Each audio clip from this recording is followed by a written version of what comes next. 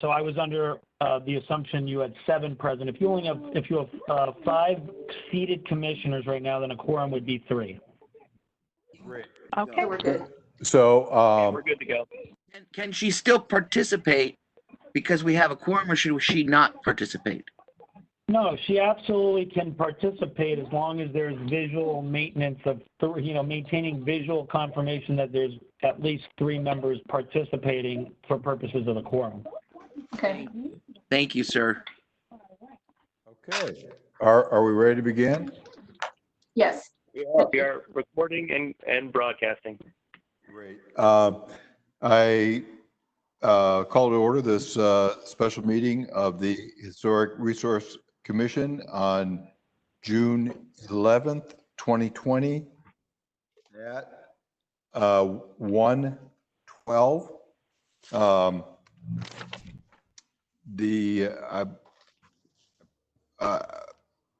The next regular commission meeting is going to be on June 18th, 2020.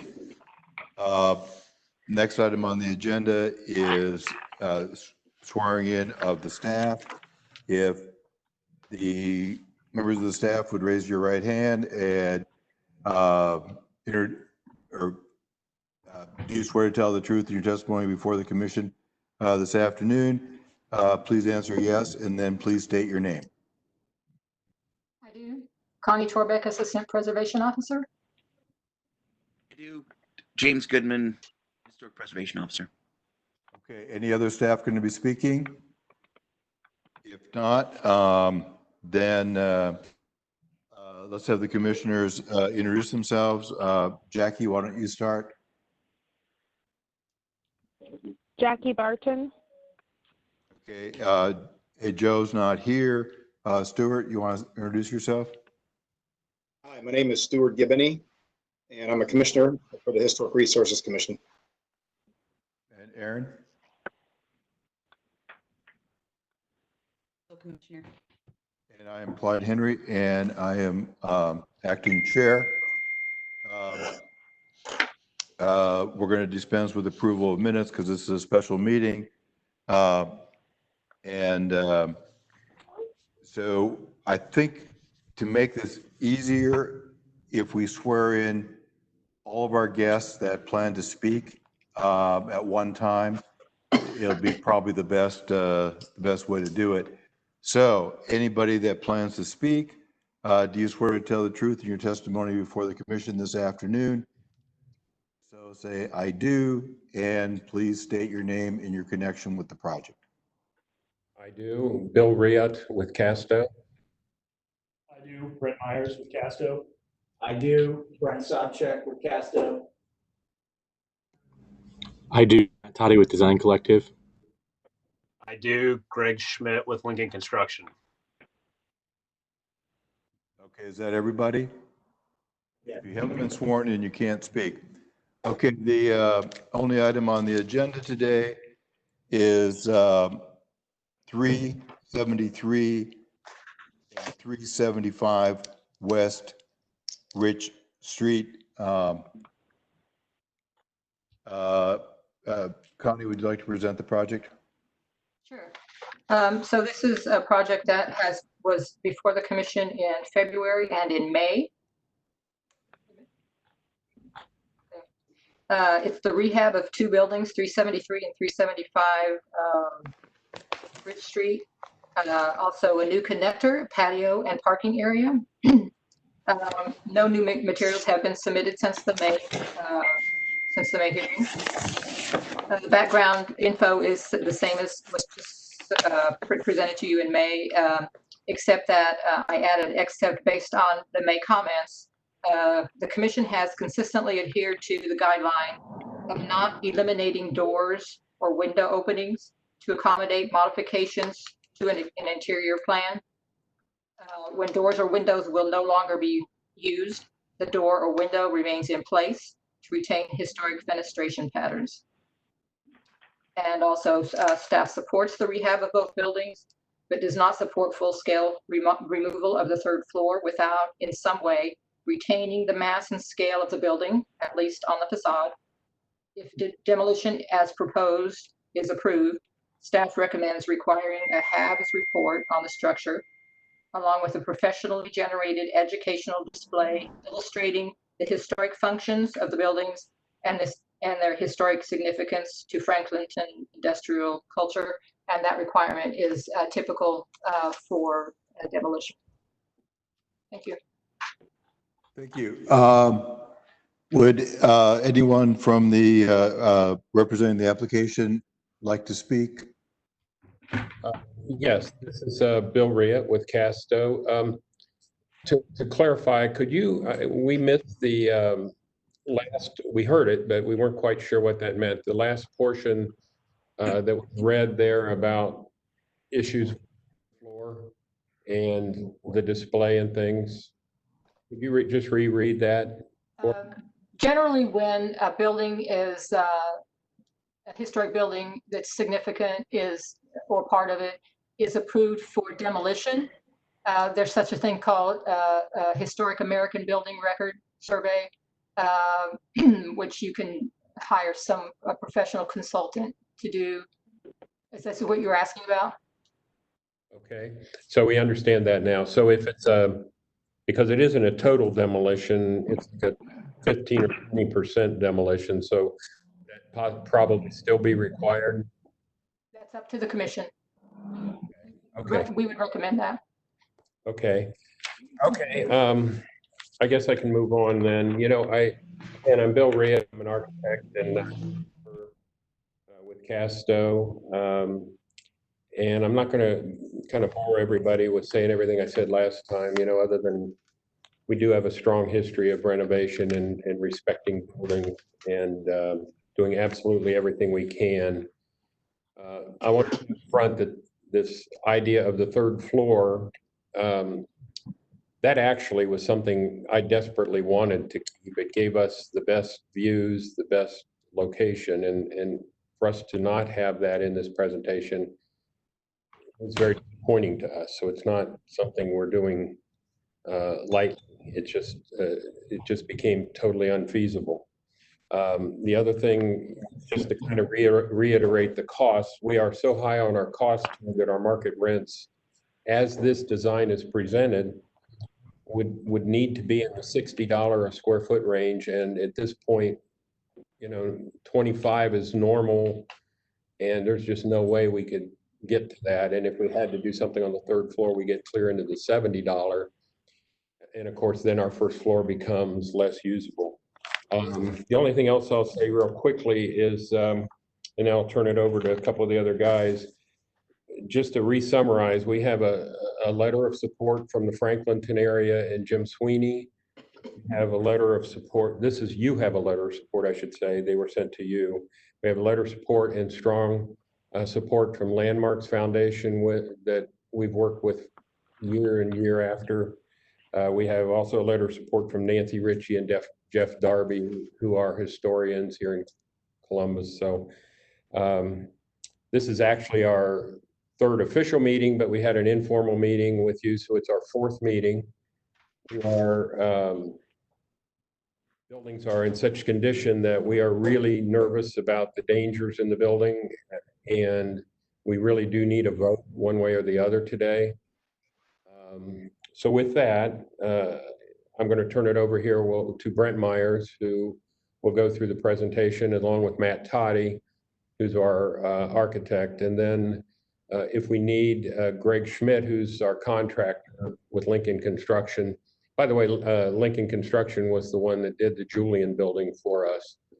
And so they were very schooled in how this was done. And they were also very involved in pricing all the different structural options that were available to us to try to hit this further along for all of you folks. So Brent, or I don't know, do you have questions for me or before we turn it over to Brent? Any questions by the commissioners? If not, go ahead. Thank you, and thank you to the commissioners again for your time today. Appreciate the opportunity to come before you again for a third time officially for a hearing on this case.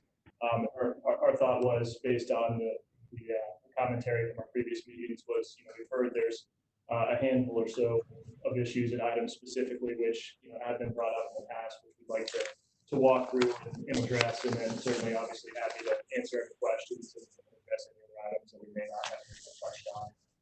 But with that said, we'd like to let Matt Potty with Design Collective is on as well, who will jump in here along with Greg Schmidt with construction to help provide some. Brent, we're having a little trouble understanding your. Okay, go ahead. Apologize. Can you hear me? Thank you. Yep. Just to reiterate, in case you didn't catch all that, we would like to quickly run through each of the items that have been brought up in previous hearings and try and address those. And then again, once we run through the items, we're happy to address any other questions and items that we may not have been touched on, the commission would like to discuss. So with that said, we'll start off with one of the items in particular, which has been discussed and brought up in staff comments in previous meetings, was the monument stairs leading up to the patio on what I'll call the second story. Taking a step back, we'd like to make sure that everyone understands the context of the topography of the site. I know we've mentioned it in previous meetings, but in 1922, Ridge Street was actually lowered from its previous grade to where it's today. So the second story of what I'll call the 373 building, which is the eastern building, was actually street level historically when this building was originally built. That said, it's as things sit where they are now, the first floor of that 373 building is actually only 6 feet or so, give or take, in terms of clearance. And the site itself actually slopes, the grade changes and rises as you go away from Ridge Street towards the rear of the site, towards the river. So the second building, the 375 building to the west, actually sits higher than the 373 building. So what is the first floor of the 375 building actually sits at grade for the second story of the 373 building. Thus, in order to tie these buildings together and have a cohesive first floor, we needed to bring these stairs and balcony up to the second story to create one cohesive first floor. That said, we also wanted to reactivate Ridge Street here and pull pedestrians in off of Ridge Street. Thus, another reason for the monument stairs there.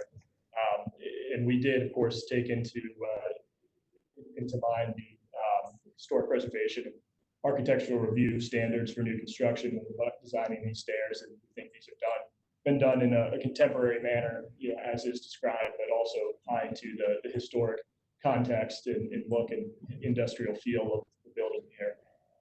So with that said, we'd be happy to answer any questions specifically on the monument stairs and the patio if there are any from the commission. Yeah, just this is Bill again, just to reiterate that we had to have what this, and this is kind of, as I started looking at this again, that really is the first floor is down at the street, but that's unusable because if you walked in there, you'd hit your head. So really the third we've been talking about is actually the fourth floor, and we are keeping 3 floors. That lower level is just not usable. So what happened with all this monumental stairs was actually to get it to the original street level, which is more historic than that little half level or third level down below. So we really needed the monumental stairs and the plaza to make this work at all. There's no way to come in at that other level unless we take, we're actually having to take out some of the floor to make headroom in that space. So go ahead, Brent. Thank you, Bill. Yeah, happy to address any questions specifically on this.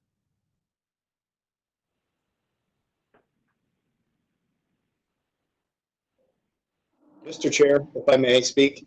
Yes. So I think the bigger issue is the potential request for the removal of the portion of the building on top. Correct. But, I mean, I think that there are other items that have some strong opportunity to take a peek at, but I think that this may be the primary topic of discussion. So if there's a way to direct everyone's attention to that, I think that's something we need to really clarify. I think Bill has done a great job of sort of putting the position out of what their are and how that could impact their project, whether it can move forward or not. So I think we need to really give that its true value, and then we can move forward. Yeah, we're certainly more than happy to jump straight to that, and we'll plan to do so. And obviously, we understand there's been some previous conversation and provided additional context around the removal of the third floor. And as Bill had stated here, it's not our intent to lose, valuable space and frankly to us, income producing space. And we've looked at this in a number of different manners in terms of the ability to preserve that. And Greg Schmidt can also jump in to speak to the specifics in terms of the construction difficulties and obstacles that we face with retaining that third floor. But just to summarize, which I know we've explained in the past, due to the foundational work and what's required to retain that third floor, the amount of steel structure and reinforcement that would be required to keep the third floor and roof in its entirety, and even really any portion of wall facade from that third floor, it requires, for the diagrams that we've submitted, such an amount of steel structure that would be going through the floors below that, one, it effectively renders those floors unleasable and unusable to an end user, because the amount of steel columns and structure going into those spaces. We understand that the commission does not vote based on an economic hardship, but at some point to us, things come into play, and we've demonstrated obviously the significant costs, and whether it's something that can be approved or not by the commission. To us, it's something that threshold question and prevents us from being able to move forward because of the cost. We did look at keeping just the front facade, which was requested coming out of our first hearing in February. And again, we went back and got the second opinion of a second engineer. We've got discerning engineers look at this, as well as SMPH. And Lincoln Construction also confirmed as well that as it relates to keeping even just a portion of that front facade, it requires similar amounts of steel reinforcement and foundational work and costs. And again, just proving it not a viable solution to keep even just a portion of. Brent, would you like me to touch on that a little bit? Yeah, from a texture perspective? Yeah. So to kind of underscore that, after the two different structural engineering reviews, particularly of that, Brent, as you started talking about that north facade, and being similarly difficult to support, we did look at that, and there's a few things I want to make sure everybody is clear on and understands. Really, that north face of 373 is probably in the most disrepair of that building. If anybody's been, the folks that have been inside that know that whole north facade is pulling away from the building. There's a lot of cracks. There's been some attempts over the years to pin that back into the existing building. I think has already been alluded to, as Bill said, there's real concerns that some of those issues are really picking up speed exponentially and making this into further disrepair. And we would concur with that based on the two different reviews that we received. And we were asked to look at some of the constructability issues based on the two engineering reports that were provided to us. So to give you some ideas, number one, just shoring that north face to keep that is step number one. We'd have to stabilize that in a temporary way in order to work with it and to keep it in place. But you really get into what would we have to add to the building in order to keep that 3-story, or as Bill noted, it's actually the 4-story. Number one, foundations are extreme and large due to the amount of loads and forces that'll be acting upon that multi-story building on the front. What we're looking at is having to add a 20-foot by 12-foot by 3-foot deep foundation under both the east and west side, and then on the north side we would have a series of 12-foot by 12-foot by 3-foot deep foundations that we would have to put in place without undermining the existing foundation condition in those locations. So essentially we're gonna have to go under, dig under, put these large foundational concrete foundations in this area without undermining what's there. So it's not just digging under. We actually sequentially, we'd have to do that in a very careful manner. We'd have to dig trenches sequentially. We'd have to do a 2 or 3 foot trench, skip an area, dig a trench. I should back up a moment. We'd have to underpin what's already there to ensure that we're not, undermining it. Then we'd have to go into this sort of trenching sequential manner to get the new foundations in. We'd have to pour pieces of it, let it cure, dig out the other locations where we kind of skipped 3 feet. And then we'd have to pour and dowel in those foundations to make it one system. Also on the east side, we're combating with the CSX rail trellis foundation, which for anybody who hasn't seen it, we're within about 12 inches of that rail trellis on the east side. So that actually complicates matters even more. We'd have to look at doing a cantilever style foundation installation, which is part of what the engineers brought to our attention. So foundationally, very tough. When you get into the actual steel, to give you some idea, in order to keep that north face from continuing to move out and want to go towards the street, the engineering came back with 16-inch tubes, a combination of 16, 20-inch, and some 12-inch kind of small supports. But it's a really significant amount of steel to keep that front north facade from moving and pinning it back to the building. So we'd have to bring that in, drop it in, tie it into those foundations that we just mentioned, and they'd be on a very tight tolerance in terms of getting that steel into that building. So that gives you an idea of the overall order of magnitude and nature of what would take place. It's a significant amount of time, significant amount of steel and concrete, and just sequentially how it goes in becomes a real challenge to make sure that we're not damaging the building in a way that's irretrievable. So Brent, do you have anything else you want to add to that? I'll just say this to the commission, and this is Bill Reed again. When I first, again, I wanted to keep that 3rd floor. I was even going to buy these buildings personally and try to do something with them. And I actually backed out. And as you know, there were 3 or 4 other qualified developers that had this in contract that dropped it. So we have a tenant now that we can make work, and I think everybody will love it. But I was shocked myself, and I said, it can't cost that much. And I actually had these guys help prove to me why this costs so much to keep that 3rd floor. But believe or not, so many issues of underpinning, changing, and then these special lateral bracings. And I know, actually, I thought Columbus, that you in your Columbus code, you had the right to look at economic hardship. And it is such an economic hardship. We just saw we can't do it. We were already double where we should be on cost with the rest of this renovation. So where we are before you with hat in hand and more or less begging, we've got a great project here that's got great community support. I personally met with the different historic folks and talked about it. And I'm just hopeful that we can get a positive vote from you, because we are really up against it. And I would just hate to walk from this. As you know, we have all that other development in the area, and we think this is going to be an asset. And I'll say one more thing, and then I'll be quiet for a minute.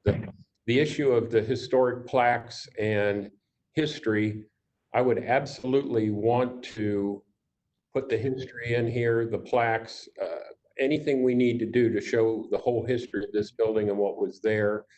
If you've been in our other building, we enlarged the Franklinton original plats and put them on the wall.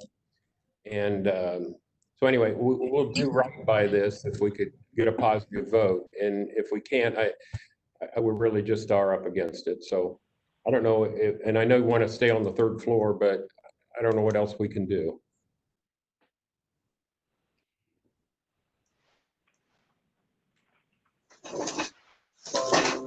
Are there questions from the commissioners?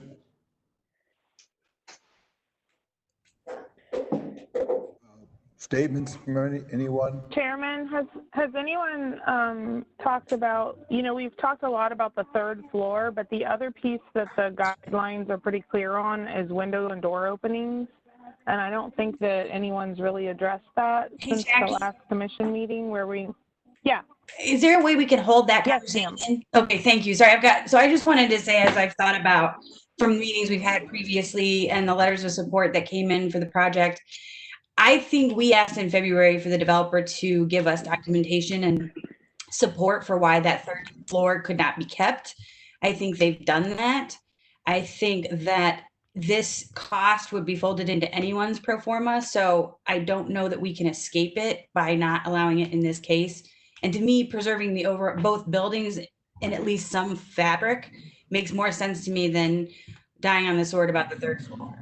I think obviously to have some homage to the building and its history would be important, but I don't have heartburn about allowing the demolition of the third floor. Other commissioners? Stuart?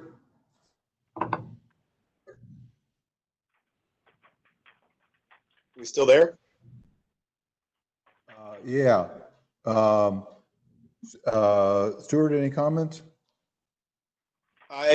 Just to piggyback about what was said, I think that the project has been submitted and it is completely thorough. There's been multiple approaches from 2 different engineering firms describing the same situation. Unfortunately, that the third floor is significantly impacting the forward direction of this project. I also feel that removing that portion of the building and qualifying it with documentation, scale drawings, all of the necessary information which could allude to what was there. But I think that in light of preserving the entire structure and making it a viable piece, I think that's a very reasonable. Okay, let the record show that Joe McCabe has joined the meeting. Joe, would you like to say anything? Yes, and you know, one of the things was initially I think I pushed back a little bit on the third floor or fourth floor demo, however you want to count floors, on 373. I think the developer has done a good job of actually proposing or bringing to light some additional information. There have been other professionals involved. The one thing I would be supportive of, I think, a compromise on the building, so long as the developer could maybe bring the rest of what they're proposing up to a little bit more in line with the standard, i.e., like, for example, where we are right now, the visual that's on the screen now, 373, its lower storefronts do not match what we know as existing historic material. And so I would just want some assurance that, you know, where possible, materials that are either preserved or reproduced in kind could be reproduced in kind. You know, I know there's windows with window mullions, those kinds of things that exist around those buildings, or at least there was. And to the greatest extent possible, where you can put fabric either in kind or replicate or repair back, please do so. But I would be supportive, I think, of losing the uppermost floor in this case, if the developer can achieve some other goals here. I think there is a compromise. I think the buildings are rapidly deteriorating pretty quickly, and we probably don't have much time left to save those. And you know, it's a 373 is a very tricky building, bottom line. So I'm at least appreciative that both we were able to have this meeting to get information, be able to go through a lot of the detail related things. I think there are some details I'd like them to come back with, though, and move in the direction or spirit of that if we're going to offer a compromise, there's a little bit more saving where, or truly following the guidelines where possible that happens. But generally, I'm leaning in a very supportive direction. Okay, Jackie, would you like to chime in on? Are you still there? No, I think I'm having a little bit of trouble with connect. Can you hear me okay? I can hear you. Okay, I was getting a little bit of broken upness. I still had questions about some of the other guideline adherence from the package.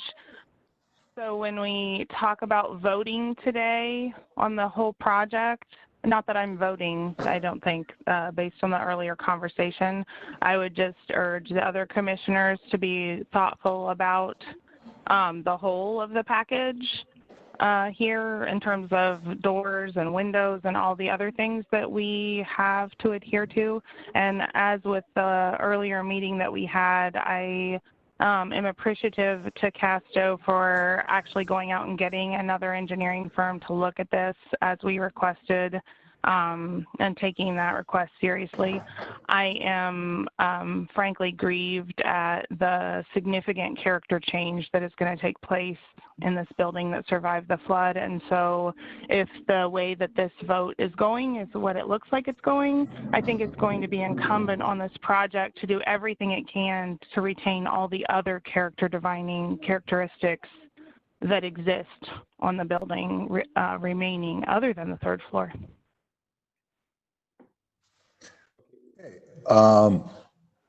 If there's material removed, I would like to see that material either retained or reused so that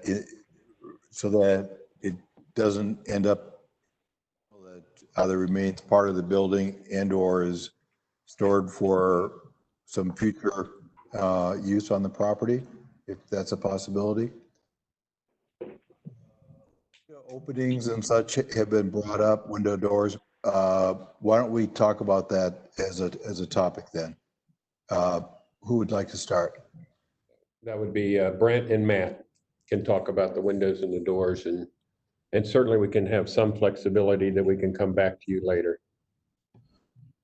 And again, appreciate all the commentary. And Commissioner McCabe, I know you mentioned there were some other details to discuss, and we would love to have the opportunity to discuss any and all items today, and whether those are related to the windows and doors and other alterations or outside of that. Again, our goal would be to be able to have all that commentary today. So with that said, as it relates to the windows and alterations, I'll turn it over to Matt Toddy in a second to speak specifically to this, but I will say there are some challenges with buildings such as this in terms of creating usable space in today's world, and where you have a floor with perhaps one existing window, bringing in natural daylight in a manner that's we feel is appropriate in today's environment to be able to read these buildings. Some of our alterations are driven by reasons such as that. With that said, I'll let Matt Toddy run through the specifics here on each facade. Some windows are required by code even. Yeah. Thanks, Brent and Bill. This is Matt Toddy with Design Collective. I'll just start by again thanking the commission for the time, and I'd like to point out that we've gone to great lengths to preserve as much of the primary facades, the Rich Street facades of each of the two buildings, with regard to their current openings. Most of the changes to the existing openings happen where the new connector structure is occurring in the alleyway between the east facade of the 375 building and the west facade of the 373 building. And those changes are largely a product of, where that connector piece needed to happen. So we're doing things like realigning openings. The plates of the two buildings do not align. So that has forced us to adjust some of the openings so that we can align those floor plates with that connector piece. And then the second component is we've had to shift one or two of the existing openings for egress purposes so that we can actually provide some of the code required egress locations and sizes for these two spaces. Beyond that, we've gone to great lengths to preserve the existing openings as is. We've made the commitment also where existing windows are altered to preserve the sills and the headers to kind of give the idea of the window or the opening that was there at one time. And then we have added in some locations a number of new openings, which we are under the impression, or the understanding that the historic guidelines do not prohibit new openings. And obviously we want to be sensitive where we are introducing new openings that we're matching existing sizes, fenestration details, things of that nature. With that said, I would like to open the floor to questions or comments from the commissioners. Okay, commissioners, any questions or comments?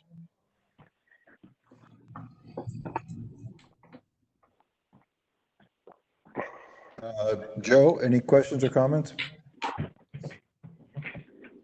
No, again, it just goes back to, I support, when you're going to do infill of existing openings, retaining it, the head, the sill, the jamb, setting, infill back, I don't know, half inch or inch and leave the essence of the opening there when possible. My largest focus would be could you do something that is better on, the first 2 stories of the 373 building that really, what appears to me to be an all new storefront system, could that reflect millwork and other things that are already there that we know are historically significant? Joe, this is Bill. I think that's an excellent comment. We touched on it in the last meeting, and we've all talked, and I think we can do a little better job with that blue. It's actually a pretty cool blue. We have a similar blue out at Sessions Village, and I'm not sure where it came from, but it seemed to be popular back then. And I think we can do a little better job and work a little harder on that. We talked about maybe eliminating one of the overhead doors in order to get some of the millwork which might be more modern materials, but to get that to look a little better. And we'd certainly be willing to come back to your staff and show you some ideas on that as we go forward. Yeah, and as I recall, I think the second floor, if you will, has a very tight mullion pattern that exists out there. It doesn't really look like the very modern sort of look you have right now. I don't disagree with you on that, and I think that's I've never really even seen that one. I don't know if it's a second or what we're calling the second, but yeah, above that band of millwork, it's and if you could preserve the band of millwork and I think what we'll windows above it, I think you don't, as I recall, there's nothing to work with from the millwork down to the ground where it was blocked in a cinder block. So that's kind of just compatible, fair game. I don't think there's any photos of it anyways. But at least then from the pedestrian walking by, they will at least have some essence of experiencing a historic storefront in some way in context, that at least if they're not able to see all the way up, they're getting something of an experience there. I think those are excellent suggestions. And, truthfully, maybe we'd have gotten a little further on this before we kind of stalled on some things. We would have probably worked through that, but I totally agree with you. And to get it as authentic as possible and save as much as possible, I mean, we're definitely committed to doing that. Otherwise, again, I think, infill on, where the primary elevation is what it is, and we've already had to grapple with the issue of reducing the elevation on 373 Rich.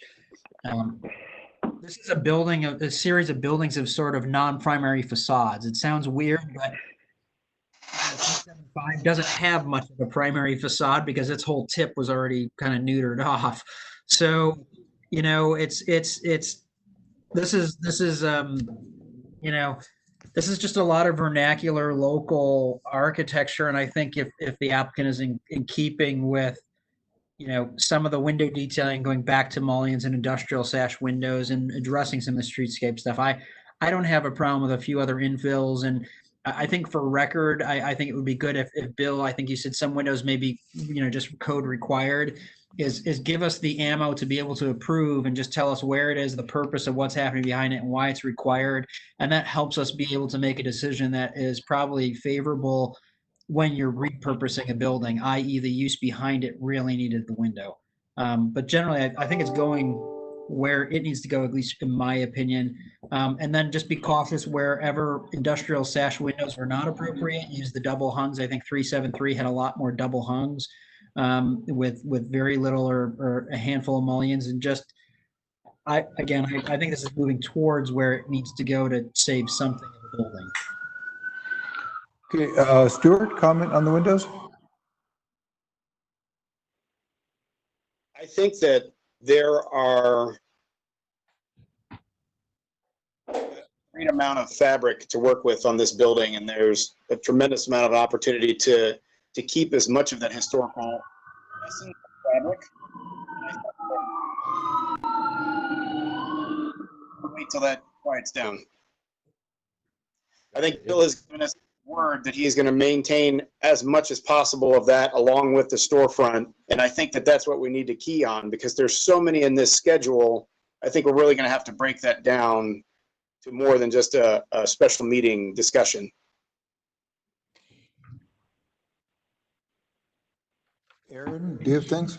Well, Clive, I guess my question, just maybe it's more for staff, but if the order, the most pressing issue is the approval of the demolition, I keep feeling like I'm hearing people say they'd come back with some of these details, and I think Joe's comments on the storefront were particularly good in understanding what comes of that exercise by the developer.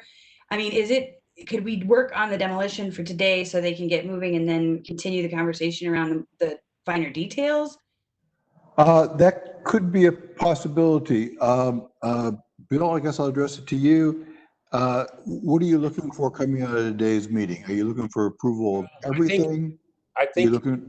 I think we were looking for an approval of everything with the commitment that we'd come back on some of the details, like on that front building, bottom half, where we're talking about those things that Joe has been concerned about.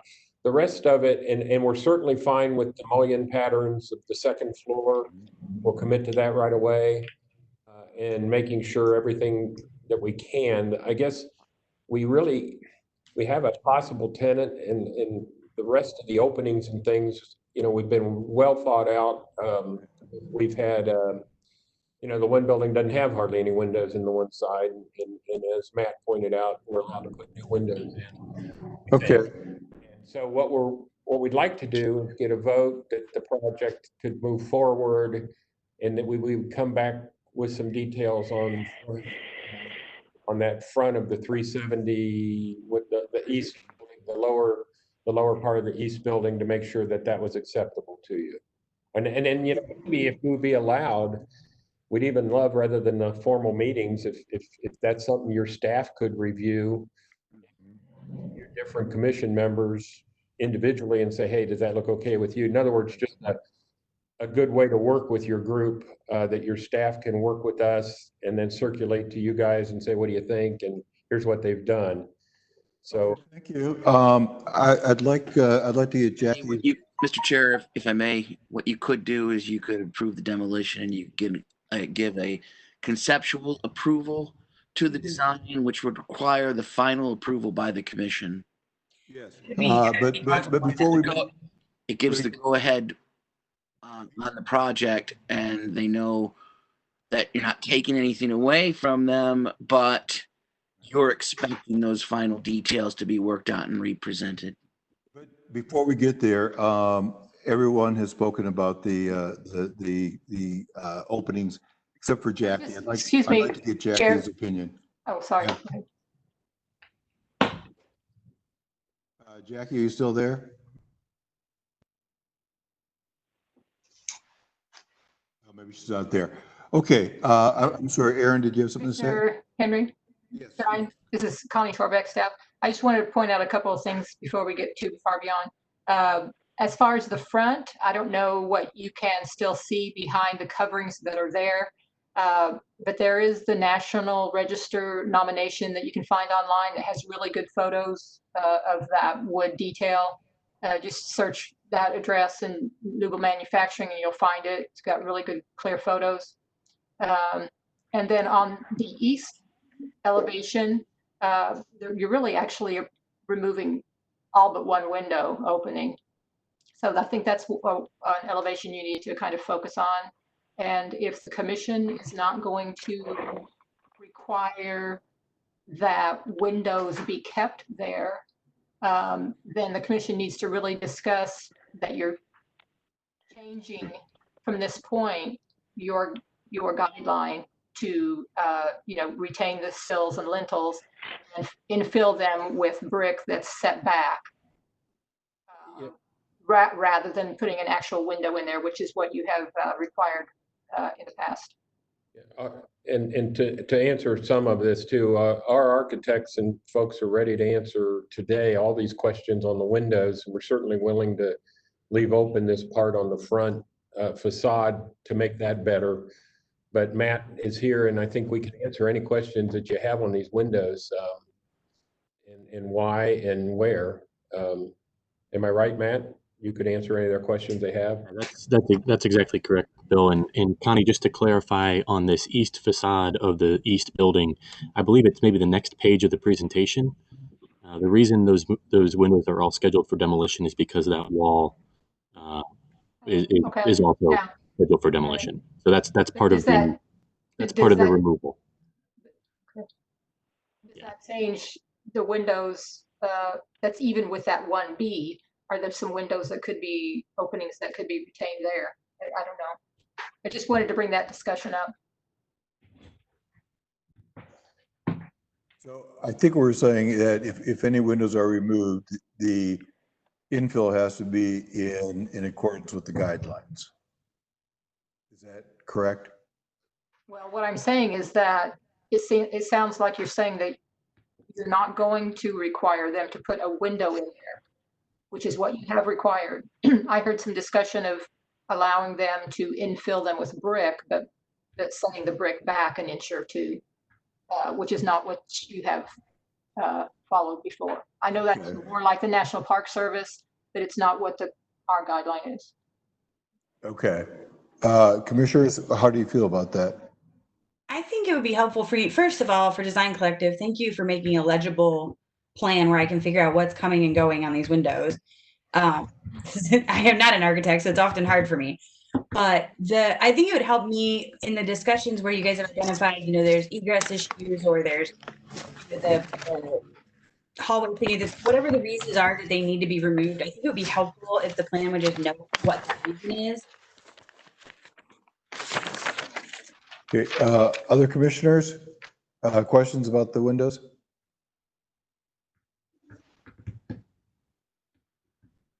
Okay. In general, from the commissioners, other concerns or questions regarding the aspects of the projects, anything from the murals, you name it, that you would want to have discussed before we move forward? I think generally murals, I'm supportive of staff's position as long as they're removable. There are removable technologies now on murals. So everything from rice paper murals to you name it that, don't actually, are not a permanent painting of the brick. Just in general, I think I'd be supportive, Chair Henry, of a position of perhaps voting for a demolition and then and approving concept with the full design, flushing out the details of the full set like we normally see, from many, big projects where they come back with basically construction documents, so that we could really look at, the window packages or those kinds of things. But I think from a conceptual standpoint, I'm there on this project, and comfortable as long as perhaps the applicant also could just provide something of assurance regarding financing and ability to move forward for city file, because I think that's the other component of demolition is to consider that financing is in place to move forward with the project. But I think I'd be there. Okay. If there's what I'm hearing is that we're probably ready to move forward with a motion. The motion might be a little bit complex. Joe, would you feel comfortable putting this all together into a motion? Let me think about that. Or would somebody else feel more comfortable? I mean, is the motion more than just approval of the demolition of the third story and approval and concept of the plan? You could separate it into two pieces if you'd like to do that. Why don't we do that? Let's separate it into two, an A and a B. I think that's a lot easier. So somebody wanted, the A can deal with the demolition, and then the B will maybe trickier wording. Actually, Chair Henry, I actually would like to tie the two together only because I feel like the demolition is so specifically linked to this project. It's an Okay. exceptional case. I feel that it's really one and the same. And I would hate to approve a demolition without the fact that we're justifying the demolition because of this unique project, the reuse of this building, what's been proposed by the applicant. Okay. You want to give it a, Sure. You're up for it then. or wait, or does somebody else, or would somebody else like to give it a try? I'm fine with I move that in the case of HR 20-06-031 373 to 375 West Rich Street to approve the demolition as presented for the portions of 373 West Rich Street as has been proposed by the applicant, and that to conceptually approve the package provided by the applicant with the changes noted and discussed herein regarding both 373 and 375, specifically to include issues of windows, final detailing, fenestration, and specific construction document details yet to come as part of a final presentation yet before this commission. And I think that now. Is there a second? Second. Okay, I'll recognize Aaron as a second.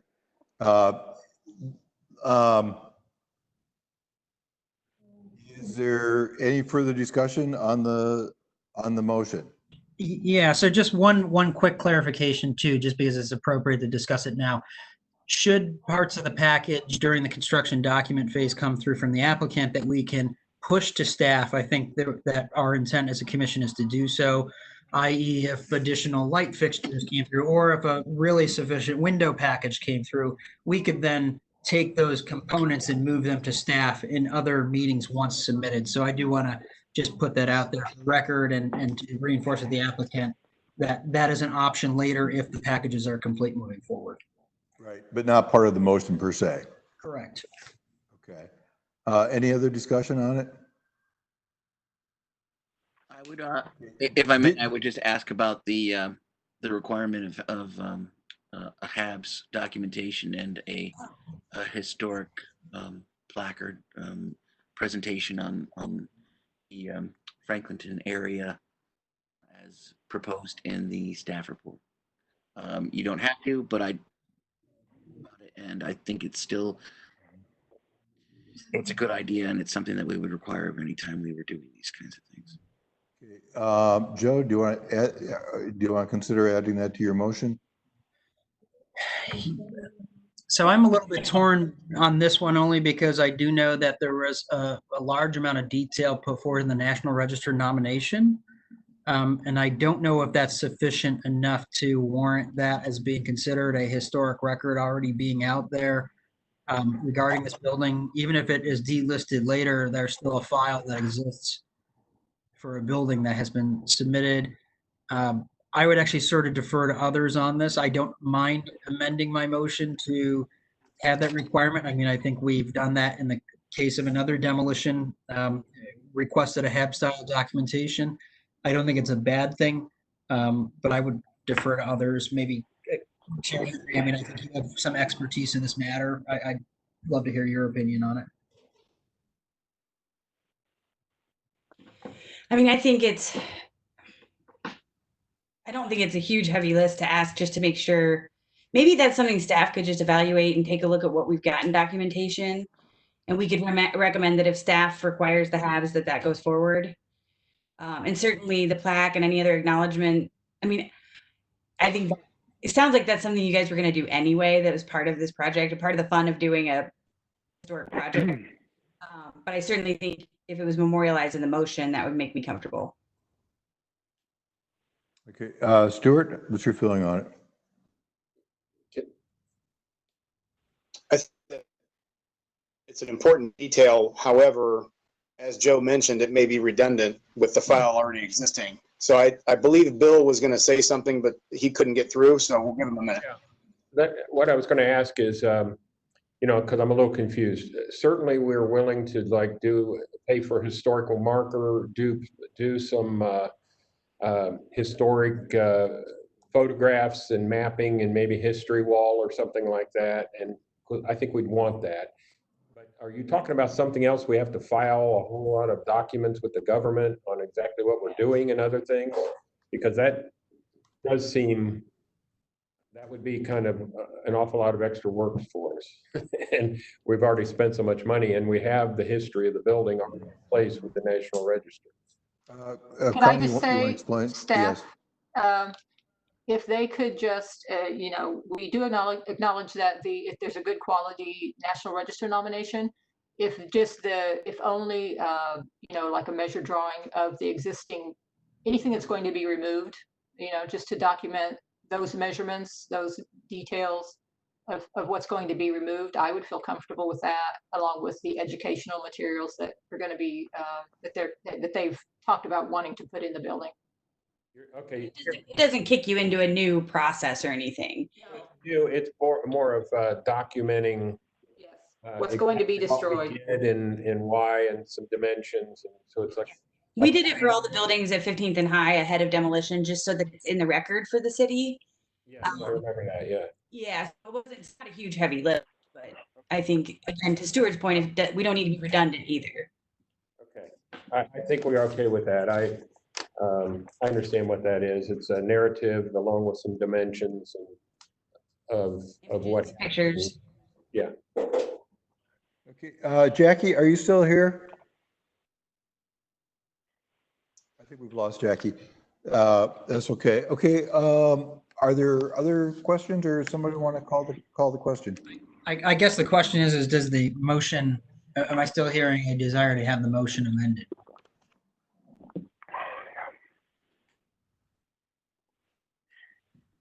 I'm okay with it being reflected in the conversation that the commission, I think they can work with staff to figure out what that documentation looks like. I don't think we can nail it in the motion right now because we don't know what's available to us. So I think if they can just work with staff to make sure they're comfortable with documentation. And I feel like we've heard a pretty strong commitment for the historical documentation on site. Mm-hmm. I mean, the certificate of appropriateness, yeah. Go ahead, Stuart, sorry. I was going to say, we're documenting quite a bit. Bill, as you noticed, there's going to be quite a few available historical materials in that demolition. So I think it's more important that we think about keeping those available for use currently and future. And you know what, we, in one of my meetings with Nancy Ritchie and Jeff Darby on this, they pointed out different things, and we talked about different bricks that can be reused and things that could be used in the patio and things. So obviously, we would have to do a really careful job of demolition and trying to save what we can. And good thing our contractor's listening to this, because as we get into this, Greg, let's be real careful to save what we can and figure out where we can use it. So we're good with that. I mean, I like that kind of thing. And actually, it brings more character to the building for the next use. Right. And I think it's important to pull that back into the rest of the construction, and maybe as an alternative material use. So thank you, Bill. Are we ready to call the question? Okay, we're going to do this as a roll call vote. Joe? Yes. Okay, Aaron? Stuart? Aye. And I will also vote yes. And Jackie, are you still available? I don't see her on the screen. Okay, she doesn't have to be, because we still have a quorum without her, and the vote's complete. This is a special meeting, therefore there's no old business or new business. So is there a motion to adjourn? So moved. Thank you guys very much for your time. We appreciate it. Thank you. Second. Okay, good luck with the project. We look forward to seeing it. Forward to them coming back. I don't know.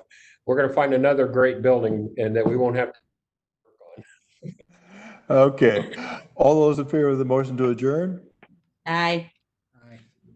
Okay. I don't think we have to do this as a roll call. Anyway, okay, the meeting is adjourned. Thank you. Thank you. Thanks, Thanks, guys. everybody. Thank you.